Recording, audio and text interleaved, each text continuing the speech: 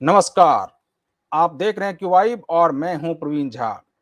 आज बात बिहार की और पटना की, क्योंकि पटना में पिछले कुछ दिनों से यानी 2-3 दिनों से मंगलवार की रात जो है वो खान ग्लोबल जो इंस्टीट्यूट है खान सर का, उसके ऊपर कुछ शरारती तत्वों ने जाकर के कुछ हंगामा किया और उसके बाद ये मामला तूल पकड़ा।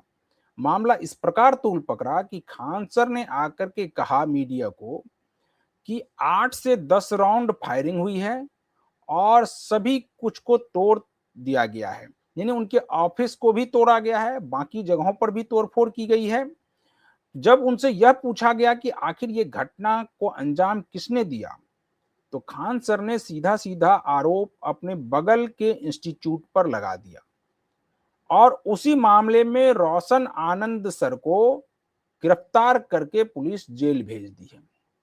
लेकिन आज ये मामला पलट गया, क्योंकि जिस चीज का जिक्र खान सर कर रहे थे, जिस बात का जिक्र खान सर कर रहे थे, वो सीसीटीवी फुटेज में कहीं दिखाई नहीं दे रहा है, बल्कि उल्टा सीसीटीवी फुटेज में यह दिखाई दे रहा है कि खान सर के ही जो 2 बॉडीगार्ड हैं उन्होंने फायरिंग की है और अब पुलिस उनको गिरफ्तार कर चुकी है और उसके बाद उनसे पूछताछ हो रही है। पूछताछ में दोनों ने यह कबूल किया है कि हाँ, उसने फायरिंग की थी।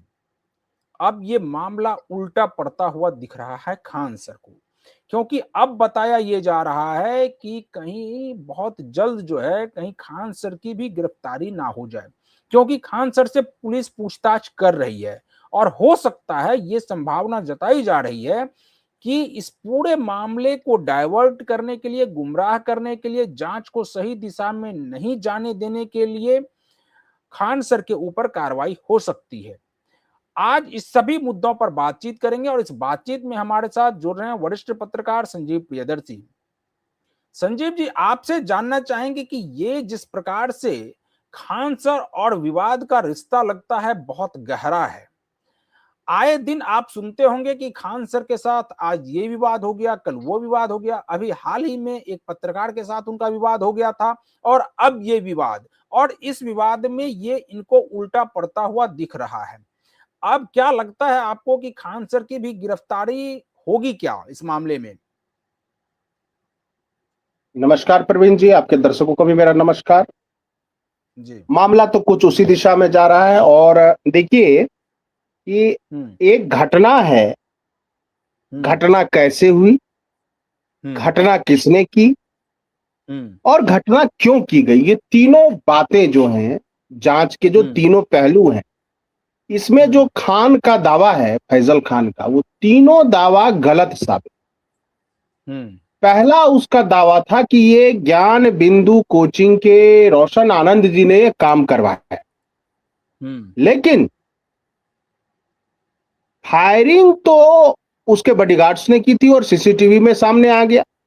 खान के ही बिल्कुल। बॉडीगार्ड्स ने फायरिंग की है, सोचिए, और खान ही हम्म। शिकायत कर रहा है। और हम्म। आज दोनों बॉडीगार्ड जो खान के हैं, उसको कदम कुआं थाने की पुलिस ने बुलाया, उसने गुनाह कबूल किया अपना, और इन दोनों हम्म। का मेडिकल करवा के न्यायिक हिरासत में भेजने की तैयारी चल रही। खान हम्म। से भी लगातार पूछताछ जारी है और अभी तक हम्म। जो हमारे सूत्र बता रहे हैं कि खान के पास कोई जवाब नहीं है, एक हम्म। रैशनल आंसर नहीं है। क्योंकि देखिए, जब बॉडीगार्ड ने गोली चलाई और बॉडीगार्ड कह रहा है कि उसने मालिक के कहने पर गोली चलाई, तो उस कोचिंग का मालिक हम्म। कौन है? खान है। खान। बिल्कुल। खान है। उसके बाद देखिए, मेरा ये कहना है कि पुलिस ने थोड़ी हड़बड़ाहट में भेज दिया उनको जेल, रोशन आनंद जी को, ज्ञान बिंदु के बिल्कुल। डायरेक्टर को। लेकिन सवाल है कि जब ऑन द स्पॉट क्या रोशन आनंद जी दिखे हैं? नहीं हम्म। दिखे हैं, अभी तक की जानकारी यही।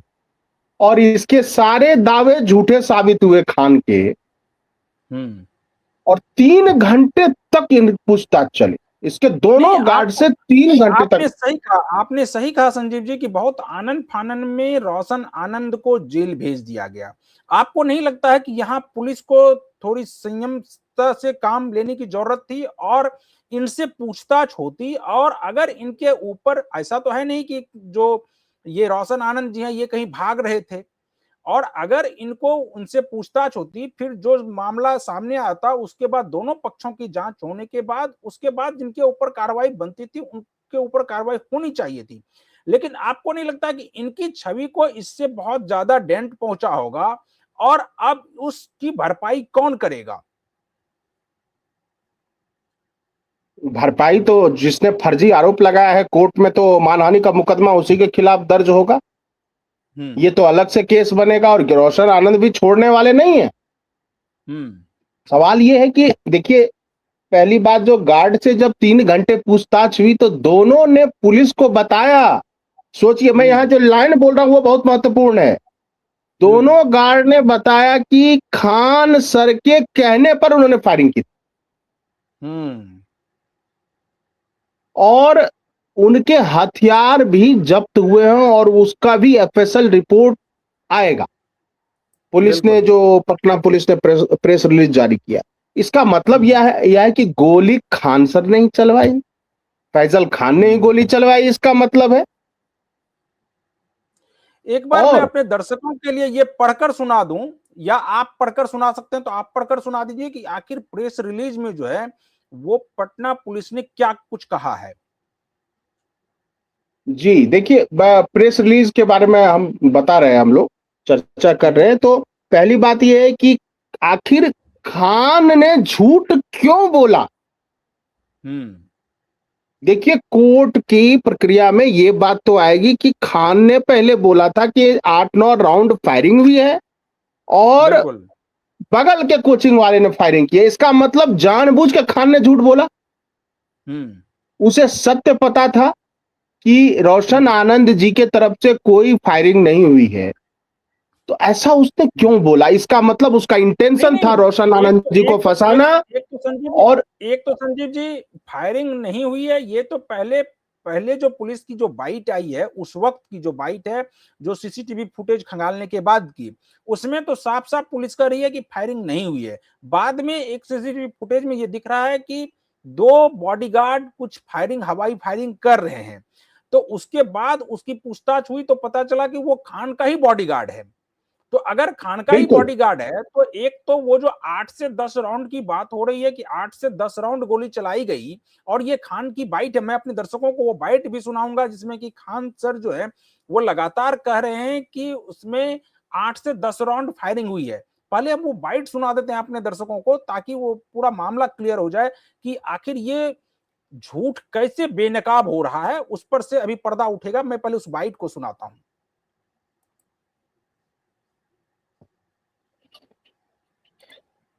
चलाने लगे 10 मिनट ही है कि इतने कम फीस में नहीं पढ़ाया जाए, और इतने हजारों संख्या में जो रिजल्ट आता है पूरी तरह से इतनी गोली चलाने लगे 10 मिनट में ऐसा लगा कि जैसे अफरा तफरी हो गया।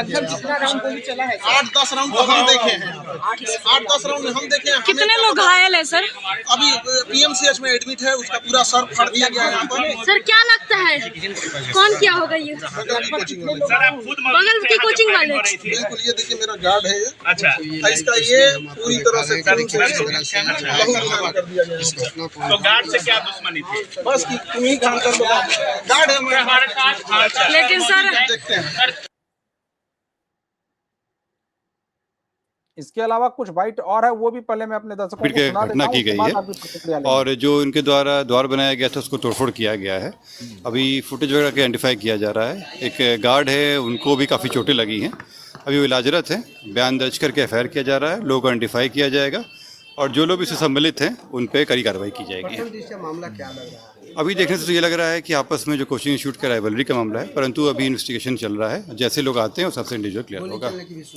इस पर लोग जांच कर रहे हैं। अभी कैमरा फुटेज वगैरह है ही यहाँ पे, और काफ़ी संख्या में लोग भी यहाँ थे, तो लोगों का बयान भी लिया जाएगा और सबसे कार्रवाई की जाएगी। और सामाजिक तत्व या अपराधी जो भी इसमें इन्वॉल्व हैं उन सब पे कार्रवाई होगी, और उन सबको सही जगह पहुँचाया जाएगा।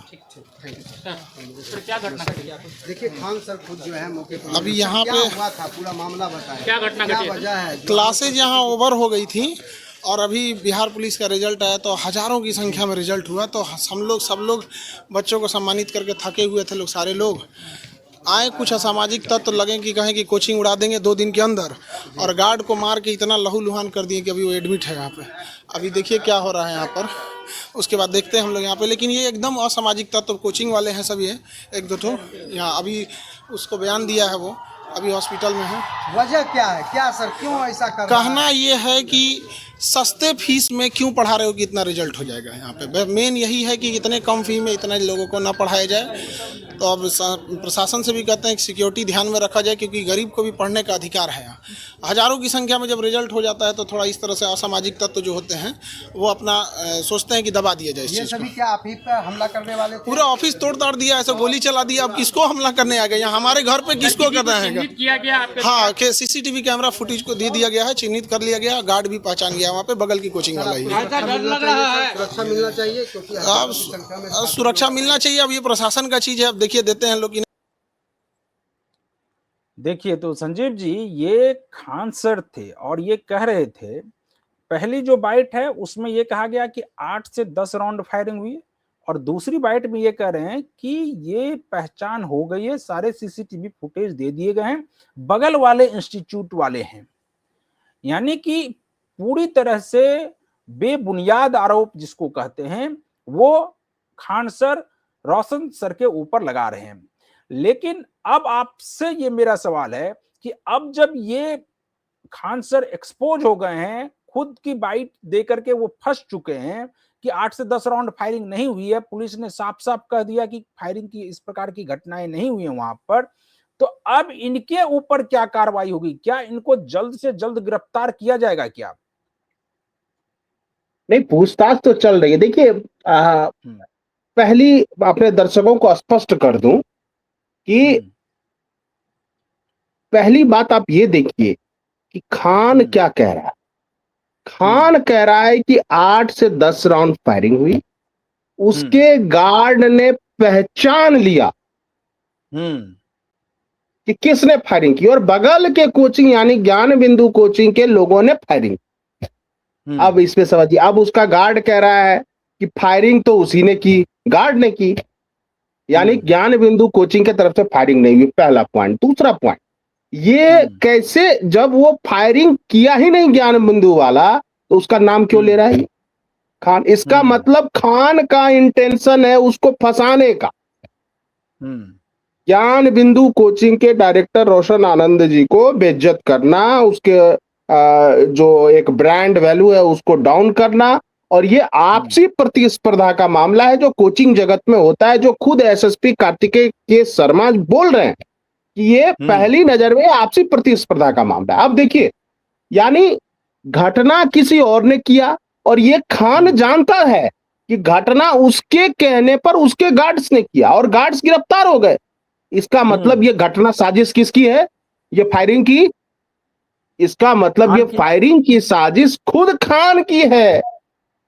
और संजीव जी, अभी पुलिस की तरफ से एक बयान भी ये आ रहा है, और ये खबर हालांकि उसको पुष्ट नहीं किया जा सकता है, लेकिन ये कहा जा रहा है कि जो ये दोनों जो बॉडीगार्ड को पकड़ा गया है, जिनको गिरफ्तार किया गया है, ये बहुत सारे राज उगल रहे हैं। अब क्या इसकी प्लानिंग सिर्फ आज हुई है, या इससे पहले भी इस प्रकार की प्लानिंग हो रही थी? क्या लगता है आपको? देखिए, 3 घंटे तो उन दोनों से पूछताछ हुई, उसके बाद उसने बहुत कुछ उगला है। और देखिए, चूंकि ये जांच शुरुआती जांच है, इसीलिए हम लोग क्यों बताएं, लेकिन पटना पुलिस में अपने कुछ सूत्र हैं, उन्होंने बताया है कि गिरफ्तारी जल्दी हो जाएगी इसकी, खान की। और जो पटना पुलिस की प्रेस रिलीज है, वो थोड़ा आपने भी कहा था पढ़ के सुनाने के लिए, तो मैं पढ़ के सुना देता हूं। दिनांक 2 जून 2026 की रात्रि में करीब 10:10 पर कदम कुआं थाना अंतर्गत खान ग्लोबल स्टडी कोचिंग संस्थान पर पथराव एवं तोड़फोड़ की गई थी।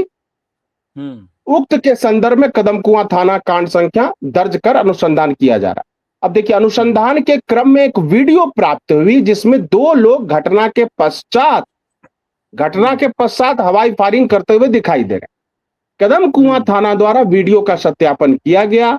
सत्यापन उपरांत कांड दर्ज कर केजीएस यानी Khan global studies coaching centre से जुड़े 2 गार्ड हिरासत में लेकर पूछताछ एवं अग्रतर कार्रवाई की जा रही है। प्रयुक्त हथियारों को जब्त कर एफएसएल से जांच करने हेतु भेजा जा रहा है। यानी स्पष्ट है कि इस कांड में जो गिरफ्तारी हुई ये इन दोनों गार्डों की हुई। 3 घंटे तक पूछताछ में गार्ड ने बहुत सारे खुलासे किए हैं और वो धीरे धीरे सारी सूचनाएं मिलेगी, लेकिन इनके पूछताछ के बाद खान को भी बुला लिया गया। नहीं संजीव जी, ये बताइए, जब ये गार्ड ने ये कहा होगा कि खान के कहने पर इन दोनों ने फायरिंग की है, तब तो सीधा सीधा ये बनता है मामला खान के ऊपर ना, कि खान ने ही इसको प्रोपगेट किया, यानी खान ने ही उकसाया इनको कि आप फायरिंग करो। उकसाया क्या, एक आदेश दिया कि आप फायरिंग करो। तो इसका मतलब मेन जो सोर्स है वो तो खान है, तो मेन सोर्स को पकड़ा जाएगा इसका मतलब। हाँ देखिए, जब दोनों गार्डों से पूछताछ के बाद पुख्ता सबूत पुलिस के हाथ लग गए तो फिर पटना पुलिस की एक टीम जो है वो खान के कोचिंग में गई और वहां उससे पूछताछ किया। इधर देखिए घटनाक्रम क्या हुआ है कि अभी कारगिल चौक पे 5000 से ज्यादा छात्र जुटकर कैंडल मार्च कर रहे हैं और रोशन आनंद जी की रिहाई की मांग कर। देखिए ये बहुत ही गंभीर मामला है। कोचिंग, उसके बाद एक आरोप जो खान लगा रहा है कि हम सस्ते में पढ़ाते हैं और हजारों रिजल्ट होता है, हम सस्ते में पढ़ाते हैं हजारों रिजल्ट होता है। मुझे ध्यान में है कि मुसल्लापुर हाट जो भी जानते हैं पटना में, बिहार में, वहां सस्ता रहना, सस्ता खाना, सस्ता कोचिंग के लिए वो एरिया जाना जाता है। और इसका जो कोचिंग सेंटर है इन दोनों का बस उसी में है। उससे थोड़ा आगे रमना रोड शुरू हो जाता है, उससे पहले आपको भिखना पहाड़ी वाला मोड़ है। तो वहां सस्ते में ही सब पढ़ा रहे हैं भाई। वो ज्ञान बिंदु वाला भी सस्ते में पढ़ाते हैं रोशन जी, और वो भी गरीब बच्चों को मुफ्त में पढ़ाते हैं, बहुत सारे गरीब बच्चों को मुफ्त में पढ़ाते हैं। तो ये वाला तर्क मुझे पच नहीं रहा है। दूसरी बात, स्टूडेंट सफल हो रहे हैं। देखिए चूंकि वो दरोगा में, कांस्टेबल में, टीचर में, इसी सब बहाली का में बच्चे सेलेक्ट होते हैं वहां पे, और उसमें बहुत सारे पहलू हैं। और कोई ऐसा नहीं कि वो आईएएस और बीपीएससी क्वालिफाइड करवा रहे हैं। बीपीएससी मींस पब्लिक, बीपीएससी की सिविल सर्विसेज जो प्रवर सेवा होती है वो उसमें तो इसका कोई रिजल्ट नहीं है। और ये आज तक ये फैजल खान से 75 बार सबने पूछा कि भाई तुम अगर कभी यूपीएससी का पीटी भी पास किए हो, यूपीपीसीएस का पीटी पास किए हो, या बीपीएससी का पीटी मेंस पास किए हो, कहीं कोई इंटरव्यू दिए हो, तो कोई लेटर है तुम्हारे पास? ये तो सारे पत्रकारों पर सवाल खड़े कर रहा है, लेकिन क्या इसके पास कोई लेटर है जिसमें इसने लोक सेवा आयोग के सिविल सर्विसेज के एग्जाम में इंटरव्यू दिया हो पीटी मेंस पास करके? तो ये देखिए क्या है कि ये भाषा जो है इनकी, वो भाषा ऐसी है कि आम बोलचाल गांव की भाषा है। गांव के बच्चे बेचारे जुड़ जाते हैं, फिर वो अपना तैयारी करते। ठीक है, रिजल्ट देना अलग बात है। देखिए ठीक है, रिजल्ट उनके मान लिया हजारों रिजल्ट दे रहे हैं, रिजल्ट पे भी, इस रिजल्ट पे भी, क्योंकि मैं इसको नहीं ले जाना चाह रहा था उस ओर, लेकिन अब जाना पड़ेगा उस ओर भी, क्योंकि आप देखिए कि ये कह रहे हैं कि 12,000 से ज्यादा स्टूडेंट इनके यहाँ से सफल हुए हैं। कोई और कोचिंग दावा कर रहा है कि 10,000 से ज्यादा स्टूडेंट उनके यहाँ से सफल हुए हैं। और पूरे राज्य में और भी जगहों पर, ऐसा तो है नहीं कि यही सिर्फ 2 संस्थान है जो कि तैयारी करवा रहे हैं और यही लोग तैयारी कर रहे हैं। बाकी और भी जिलों में भी तैयारी हो रही है, वहां भी लोग तैयारी कर रहे हैं, वहां से भी लोग सफल हो रहे हैं। ऐसा तो है नहीं कि जो इनके खान सर के और इनमें आ गए हैं बस यही लोग सफल हो रहे हैं, बाकी कोई सफल हो ही नहीं रहे हैं। लेकिन इन दोनों के, बाकी को छोड़ दीजिए, सिर्फ इन दोनों के ही रिजल्ट को जोड़ दीजिए तो ये 22,000 का आंकड़ा बैठता है। और इस बार जो रिजल्ट आए हैं वो सिर्फ 19,000 पास हुए हैं। तो इसका मतलब है ना कि ये लोग इसी रिजल्ट के उसमें जो है कि मेरे यहां से इतना आया, मेरे यहां से इतना आया, इसी में बच्चे को उलझा करके रखते हैं और फिर बच्चे को अपनी ओर आकर्षित करते हैं कि आप मेरे यहां आकर के एडमिशन लो। तो ये आपको नहीं लगता है कि इसके लिए भी कोई और मैकेनिज्म डेवलप करना चाहिए कि ये पता हो कि किसके यहां से कौन बच्चे सफल हुए हैं?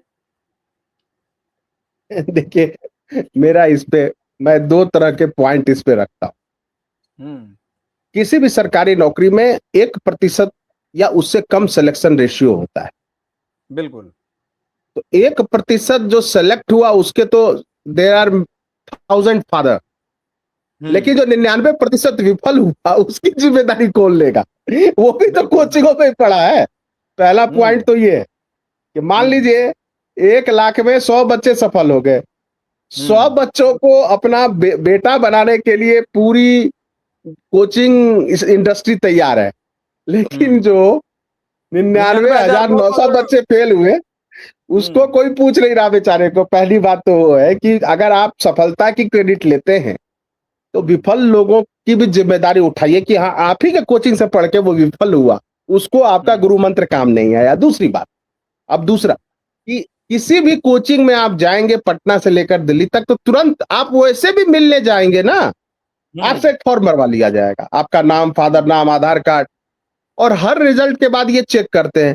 जो भी कोचिंग में गया एक फॉर्म भर दिया, उस पर सिग्नेचर करके फोटो लगा लिया, पीटी के लिए, मेंस के लिए या इंटरव्यू के लिए, हर स्टेज के लिए लेते हैं, ये हर कोचिंग वाले लेते हैं।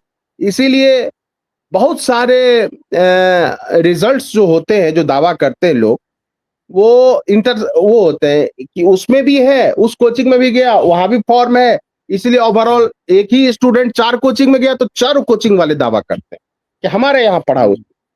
कुछ कोर्स ऑनलाइन खरीद लेते हैं, कुछ बुक्स खरीद लेते हैं, लेकिन सब में फॉर्म भरवाया जाता है फोटो सहित। बिल्कुल।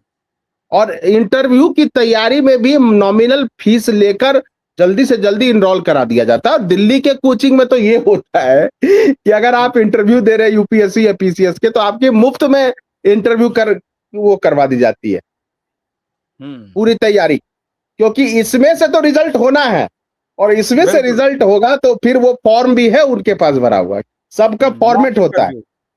हाँ, मॉक इंटरव्यू सबका, तो सबके फॉर्मेट होते हैं। अगर आप मांगेंगे तो सारे कोचिंग वाले ही उपलब्ध करा देंगे, ये कोई बड़ी बात नहीं है। वो समझने का फेर है कि एक स्टूडेंट अगर 4 कोचिंग में गया, टॉप के 4 कोचिंग में, तो चारों ने उनसे फॉर्म भरवाया। बिल्कुल।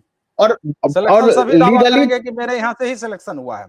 हाँ, लेकिन पॉइंट वहां नहीं है, पॉइंट वहां है जहां 99,900 बच्चे जो घर में बैठ के रोते हैं रिजल्ट के बाद, उनके विफलता की जिम्मेदारी लें। जैसे होता है ना कि कप्तान अगर सफल है, टीम अगर सफल है तो क्रेडिट कप्तान को, और टीम विफल है तो डिस्क्रेडिट भी कप्तान को। तो वो किसी के विफलता की जिम्मेदारी नहीं लेते। जाता है ना कि कमजोर कड़ी कौन, और किसी 2-3 को बलि का बकरा बना दिया जाता है। नहीं, ठीक है, देखिए ये सब चलता रहता है, लेकिन मुझे लगता है कि खान वापस गंभीर खान फंसते हुए, देखिए खान जो है, अगर आप लीगल पॉइंट पे देखें, कोई भी वकील, साधारण सा वकील भी बता देगा कि ये पूरा जो कांड है, कहीं ना कहीं इसका साजिश करता खुद खान है, और वो विक्टिम कार्ड खेल रहा है 2 तारीख से, और ज्ञान बिंदु के डायरेक्टर को फंसा रहा है, क्योंकि ज्ञान बिंदु की कोचिंग भी अच्छी चल रही है। तो ये आपस में कोचिंग प्रतिस्पर्धा का मामला है। एक इनका ये है कि इनको पत्रकारों से लड़ना है, जिस भी से लड़ना है, तो उस पर भी अगर होगी चर्चा तो मैं बताऊंगा कि उसके भी कई पहलू हैं। चलिए, उस पर किसी और दिन हम लोग बातचीत करेंगे। आज इस डिबेट को यहीं पर खत्म करते हैं। कल किसी और मुद्दे के साथ फिर हाजिर होंगे आपके साथ। तो आप बने रहिए क्यू वाइब के साथ। मुझे और संजीव जी को दीजिए अनुमति। नमस्कार।